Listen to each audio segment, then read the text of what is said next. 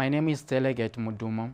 I'm coming from Aquafeeds to present on fish nutrition and feeding.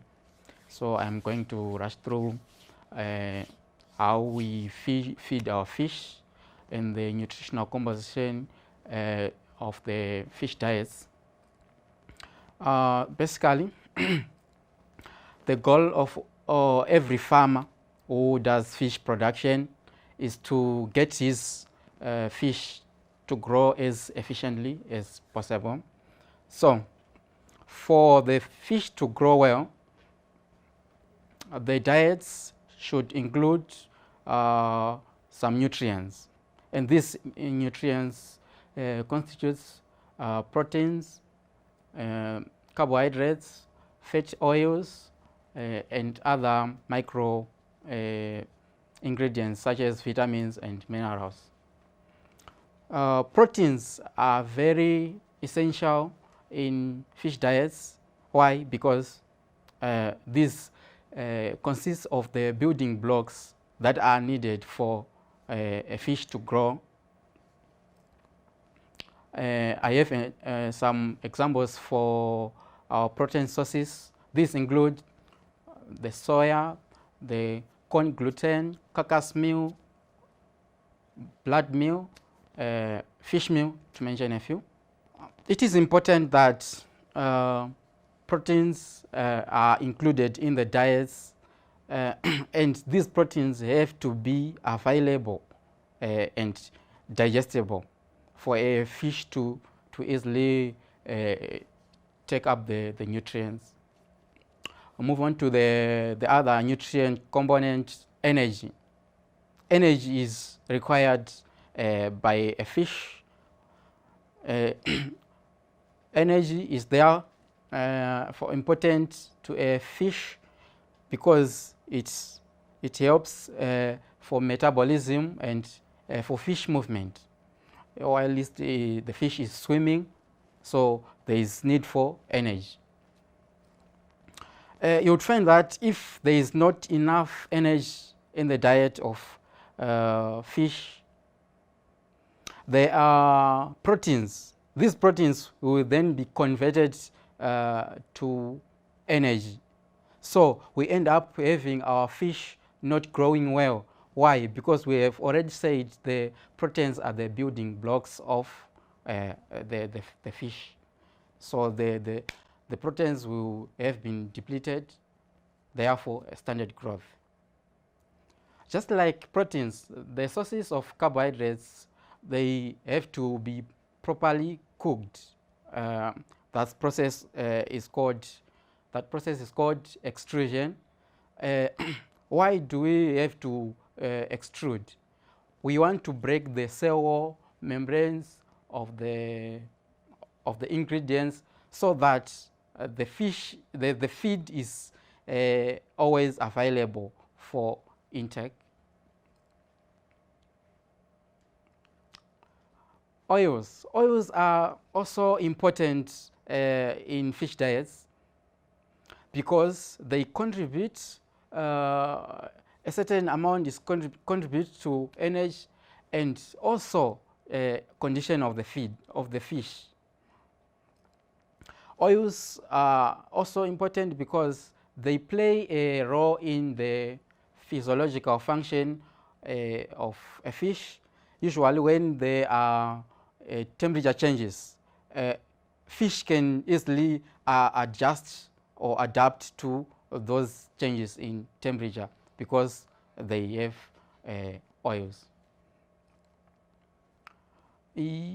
We also have the micro ingredients. These include the vitamins and minerals. Vitamins, for example, vitamin A. If there is no vitamin A in the fish diet, there is back deformities and standard growth in mostly in young fish. So you can actually see whenever a fish is under stress, there's need for vitamin A, and if this vitamin A is not available, then the fish will suffer. Vitamin A and E are key factors in maintaining reproduction. Extrusion, it's a process where we put our feed in high temperature over a short period. This will minimize the degradation of food nutrients, at the same time improving the digestibility of proteins and starches. And it has got some advantages. There is high digestive utilization ratio. During the process of extrusion, the heat and steam pressure will then promote the breaking up of the cell wall structures so as to release the digestible material for fish. Also, there is reduced pollution to the environment. Why? Because our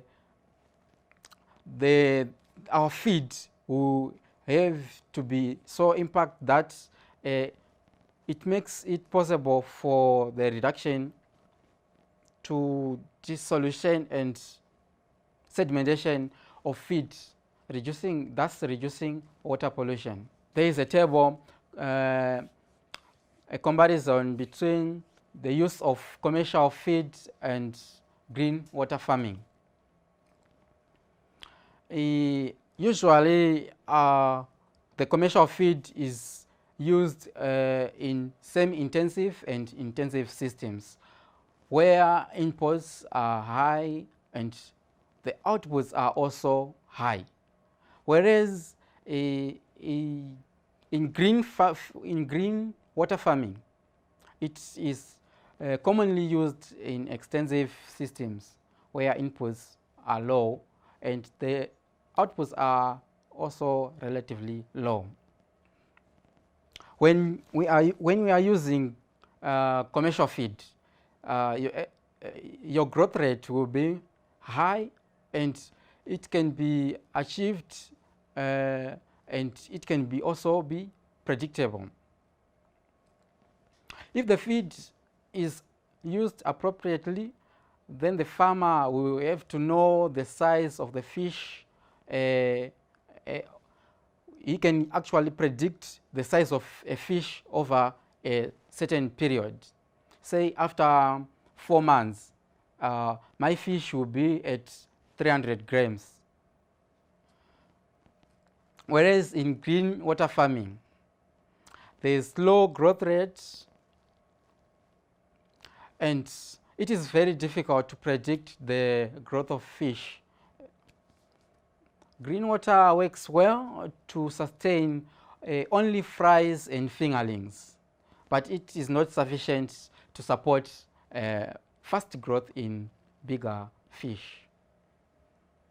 When we are using the commercial feed, the survival rate is so high, so good,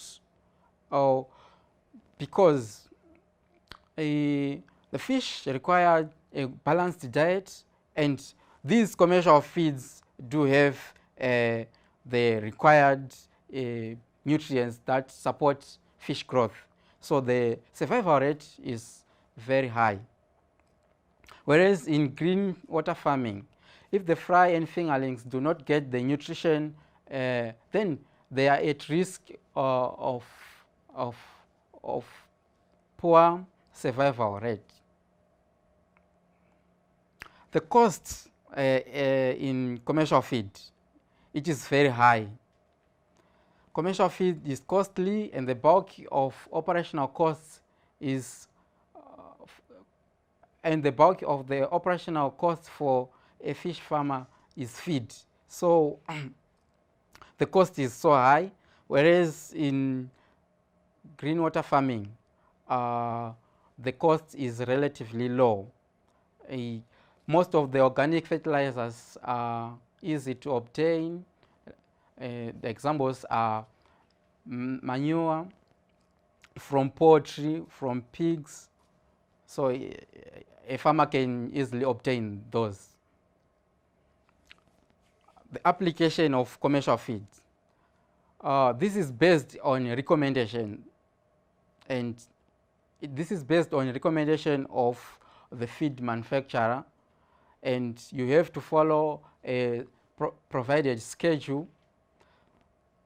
Overfeeding will then lead to wastages, whereas underfeeding will also result in a reduced growth rate, and there will be an increase in variation of sizes within the stock. In green water, there has to be close monitoring of over-fertilization, which will then lead to algae bloom. Algae consumes oxygen at night and therefore competing with the fish. And if there is too much algae in the pond, there's a danger that the fish might suffocate because oxygen will be depleted. Suffocation will then lead to high mortalities.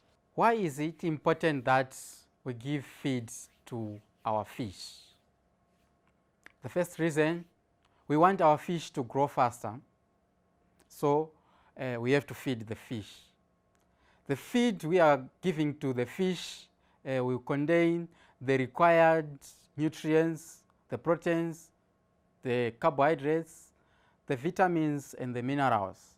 So that combination will help us to achieve fast growth.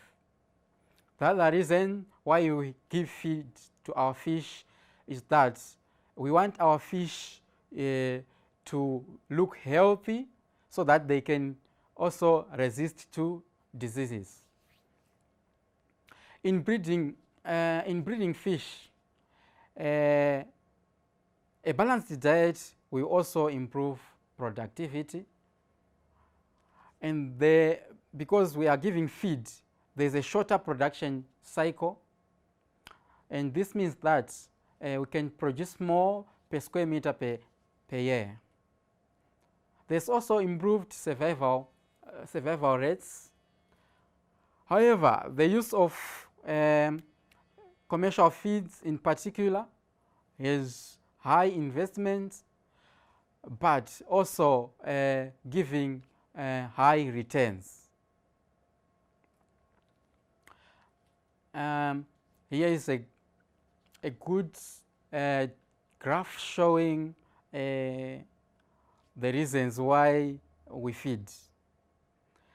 Where there is no feed, the fish we have to look for natural foods. You can see the size of the fish is small, and where we use manure and fertilizer as feed, the fish will be a little bigger than the fish that survives on natural foods. But when we go for the commercial feeds, those pellets, the formulated feeds, right? You can actually see the size of the fish will be bigger than all those fish that are feeding with manure. So we have to give feed for our fish to attain good yields.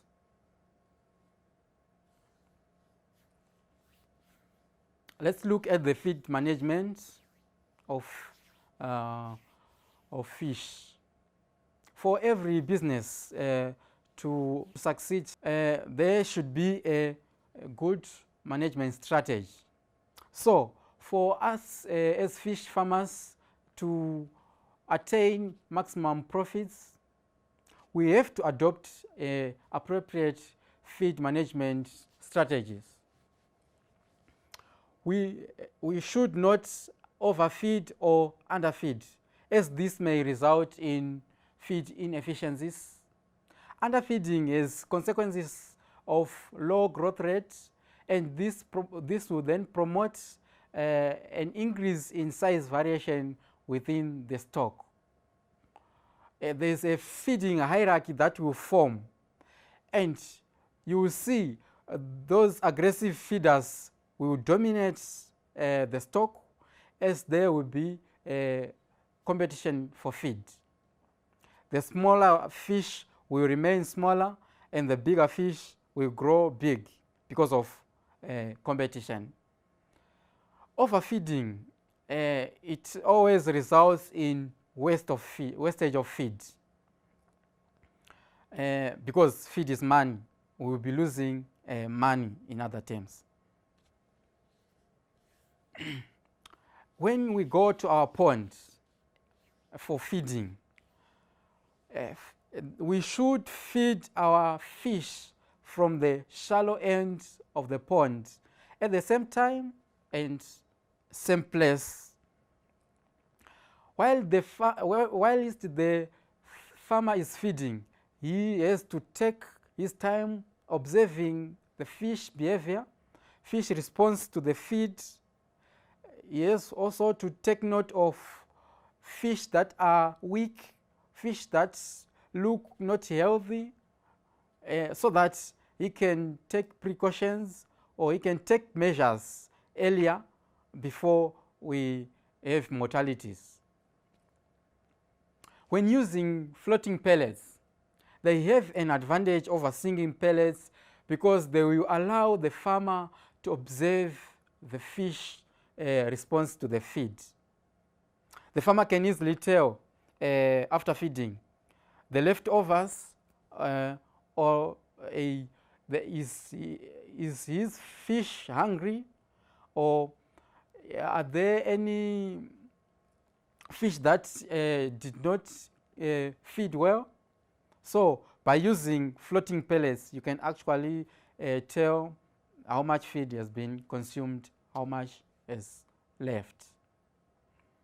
So farmers that use commercial feed, they have to get the technical advice from the feed manufacturer that will determine the feed ration sizes and the feeding schedules.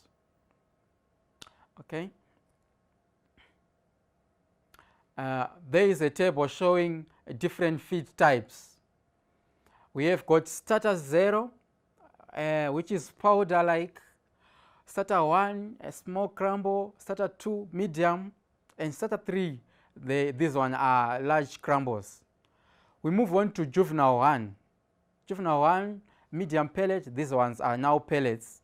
Juvenile 2, large, they are medium pellets as well. Then the grower, these are large pellets. And for that column showing the crude protein, it starts higher and goes down as our fish grow big. It is 45% for starters, because we want our fish to start with a boom growth rate. So we have to have more protein for feed that we use for small fish, the fries and the fingerlings.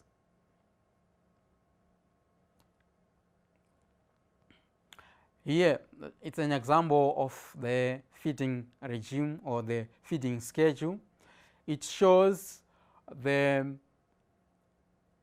feed type, starter 1 to grower, then the duration that we are going to use that type of feed.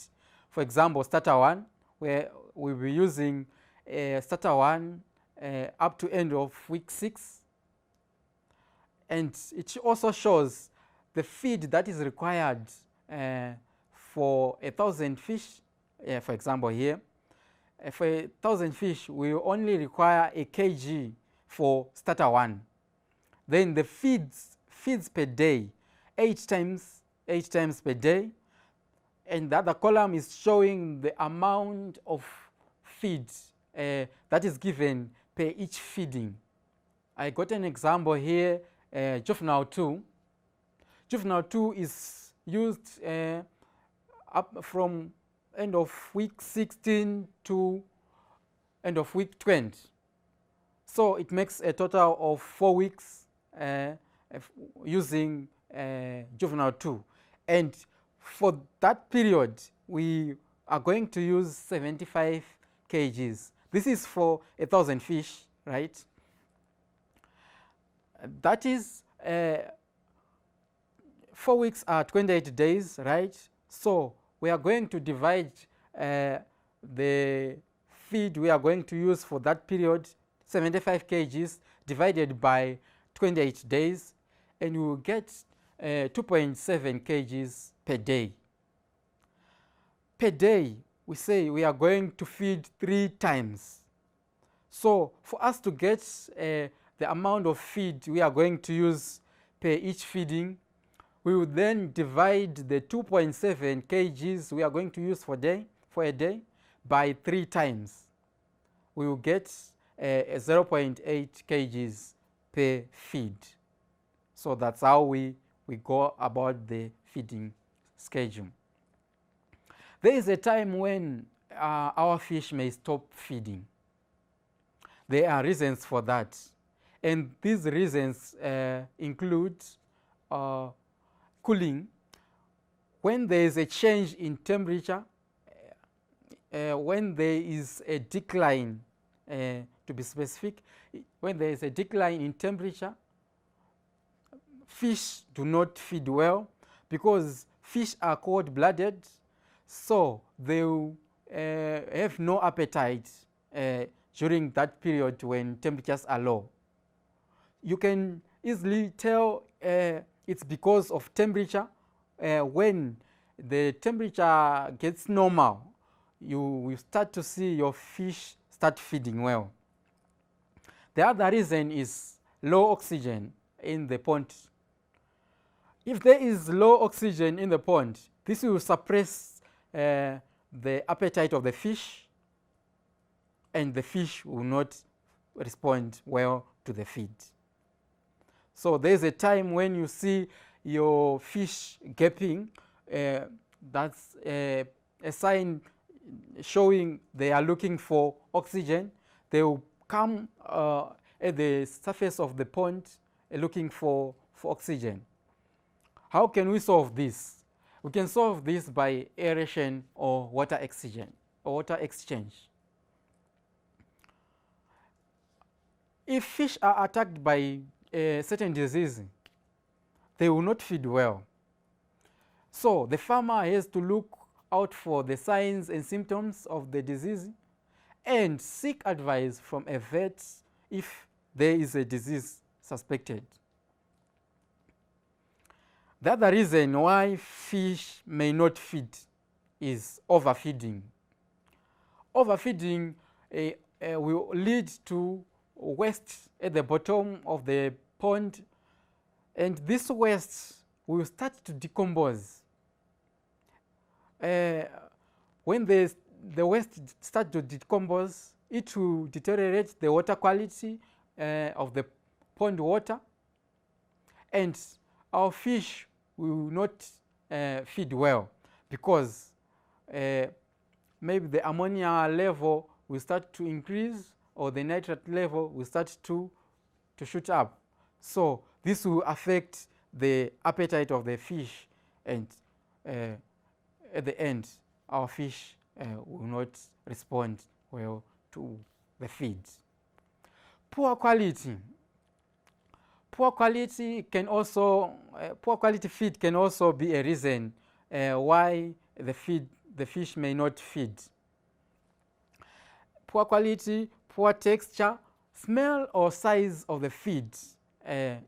If it's not ideal for a fish, then the fish will not feed well. Here are some points to remember. Always feed the fish according to the recommended feeding schedule that is given by the technical team. This will always help a farmer to calculate the amount of feed that the farmer has to give each day. And this will help the farmer also not to over or underfeed the fish. So our feeding schedule or the feeding regime is a guide to the farmer so that he knows how how much to feed, and the farmer should be feeding in accordance to the response of the feed. Whenever our fish are not responding well to the feed, we always advise the farmer not to feed. He has to stop feeding and look for the reasons why the fish are not feeding. For example, after rains, usually the temperatures go down and the fish do not feed well when the temperatures go down. Also, when the fish look unhealthy, or if they are sick, they do not feed well. So we have to stop feeding. Otherwise, if we continue feeding, we will worsen the problem, because that feed will then sink down at the bottom of the pond and start to decompose, thus deteriorating the water quality of the pond. The other point to always remember is always feed at the same time and place of the pond every day. When you are feeding at an hour interval, say at 9 a.m., 10 a.m., 11 a.m., you have to keep that interval. And for us to train our fish, we have to keep on feeding them at the same place. And as time goes on, you see your fish, if you are to feed at 9, they will come that time waiting for you to give them feed. As a rule of thumb, never ever feed pellets that are bigger than the size of your fish. Yeah, this brings me to the end of my presentation. And for follow-up questions, you can WhatsApp on 0785 989 060 or 0778 156 945. Thank you.